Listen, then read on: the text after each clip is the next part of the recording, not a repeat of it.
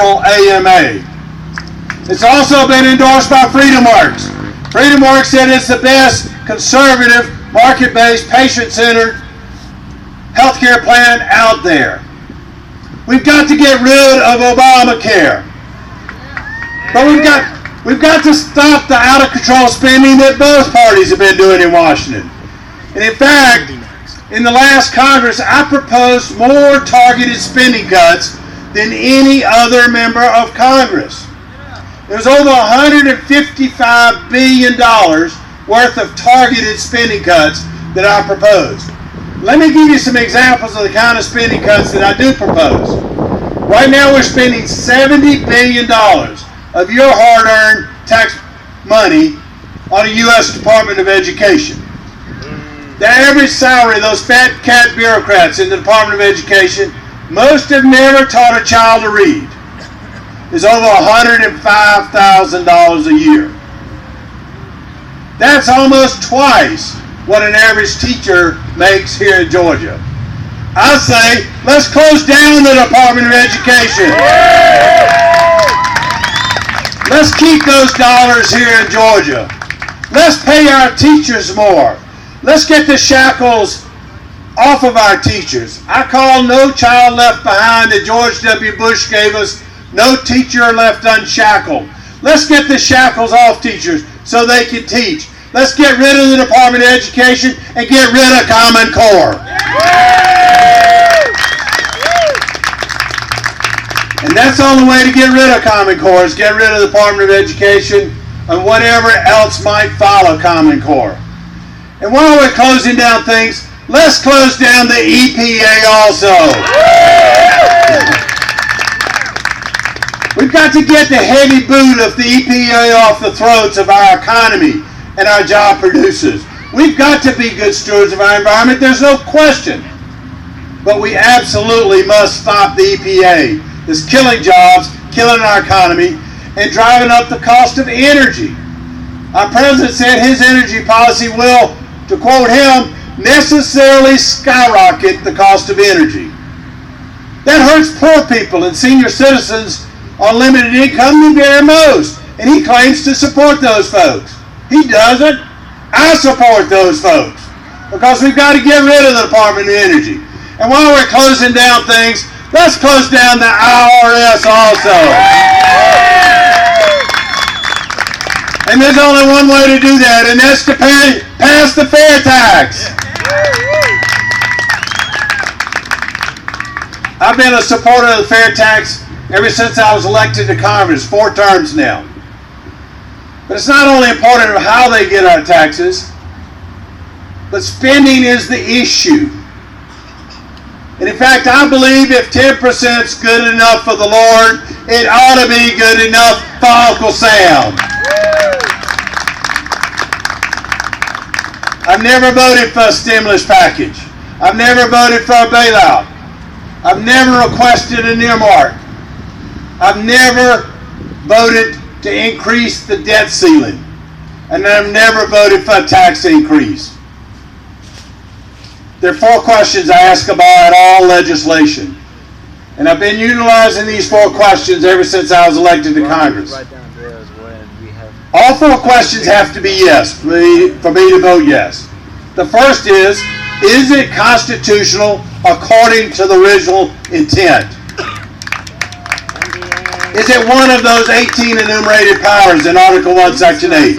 Second question, is it right? Does it fit the Judeo-Christian biblical principles that our nation was founded upon? The third one, can we afford it? And the fourth, do we need it? We don't need most of what federal government's doing today. Speak for yourself. I've used those 4 questions ever since I've been in Congress. And I'll pledge to you as your U.S. Senator, that's exactly how I will vote as your U.S. Senator. Get up there and mention that. What we should be spending money on is a strong national defense. I'm in the U.S. Navy Reserve today. I was deployed to Afghanistan in 2012. I believe in liberty. I believe in freedom. I believe in the things that our founding fathers established as the principles of this country, of limited government, of low taxes, of a vibrant free enterprise system unencumbered by taxes and regulation, of personal responsibility and accountability, and a strong national defense. We're not giving our troops the resources that they need. We're not taking care of our veterans. We must take care of our veterans. It's a national security issue. If we don't take care of our veterans on the backside of serving, how can we have good people come in the military and be senior NCOs or non-commissioned officers, the senior enlisted people? How are we going to get good people to be senior officers, the majors, lieutenant colonels, and colonels? How are we going to get people to be flag officers, the generals and admirals? We can't. It's a moral responsibility of this government to take care of our veterans, and I'll pledge to you, I'll do everything I can to take care of our veterans and to provide the resources we need for our active duty troops.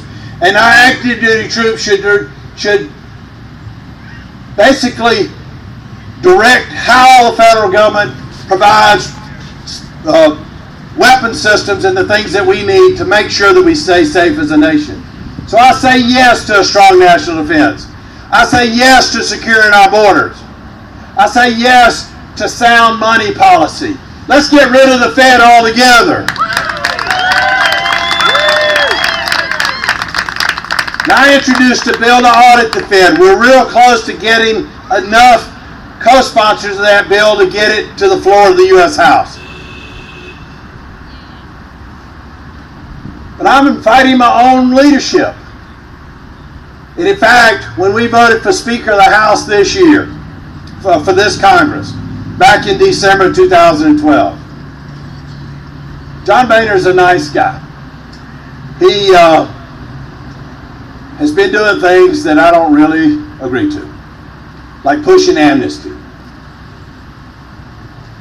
I thought we needed somebody with a backbone that would stand up to Harry Reid and Barack Obama.